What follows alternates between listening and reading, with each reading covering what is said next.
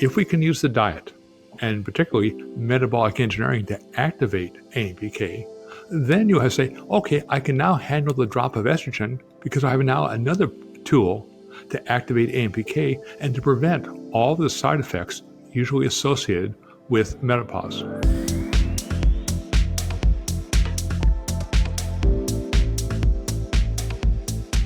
Hello and welcome to the Wellness Zone podcast. I'm Mary Perry and I'm here with Dr. Barry Sears, and today we're talking menopause. So let's first jump into the topics in terms of what it is and what the symptoms are. Well, first of all, let's define what it is. It's usually defined as the period of time that occurs after about 12 months after a woman's last period. It's a period that lasts usually about 7 years, but it could last longer, up to 14 years.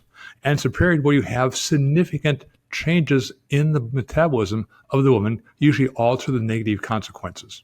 So, and what are some of these changes? You often hear about disruption of sleep, just hormonal changes, moodiness, night sweats. I want to focus a little bit on the sleep because that's one of the most common symptoms that you hear about. So can you talk a little bit about the disruption in sleep? Because there's so many hormonal changes that are tied to lack of sleep.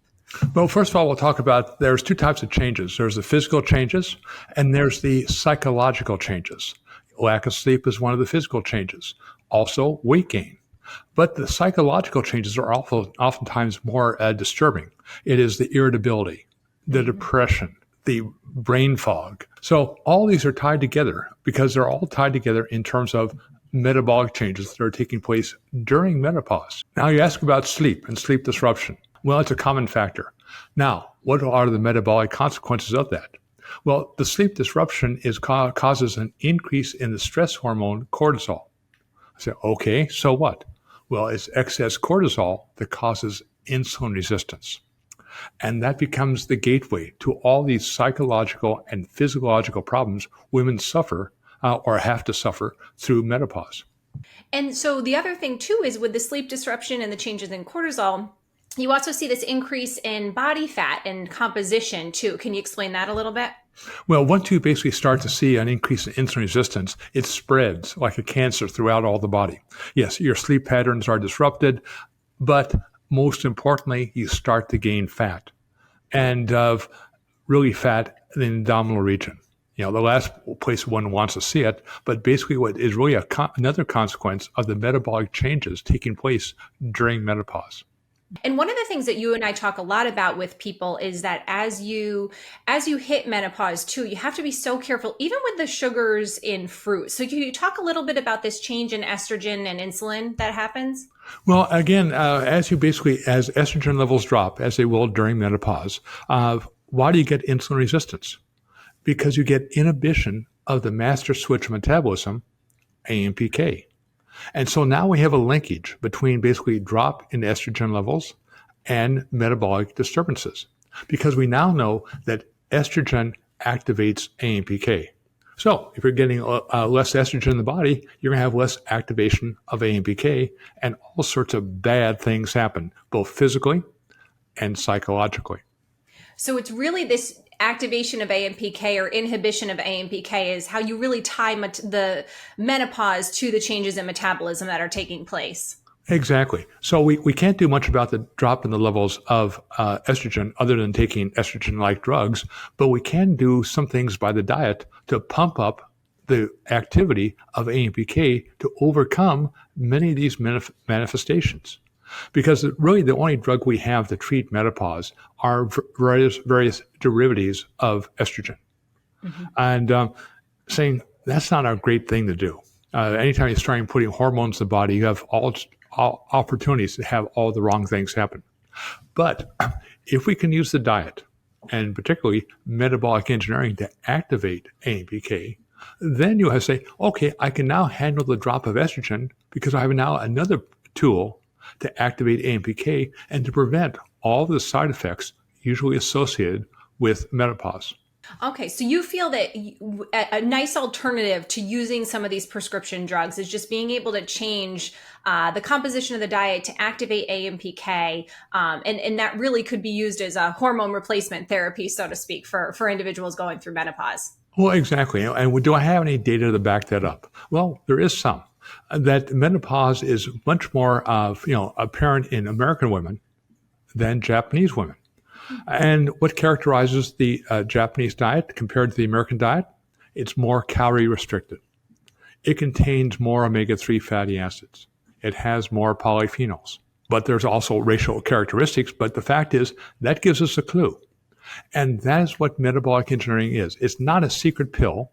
It is a system, a dietary system that's been clinically shown to activate AMPK. And if you do that, then you have a different pathway, not a drug-induced pathway, but a metabolically enhancing pathway to reduce these symptoms associated with menopause. So Dr. Sears, if there's people listening right now that are currently taking hormone replacement therapy or other drugs, can they do the two in combination?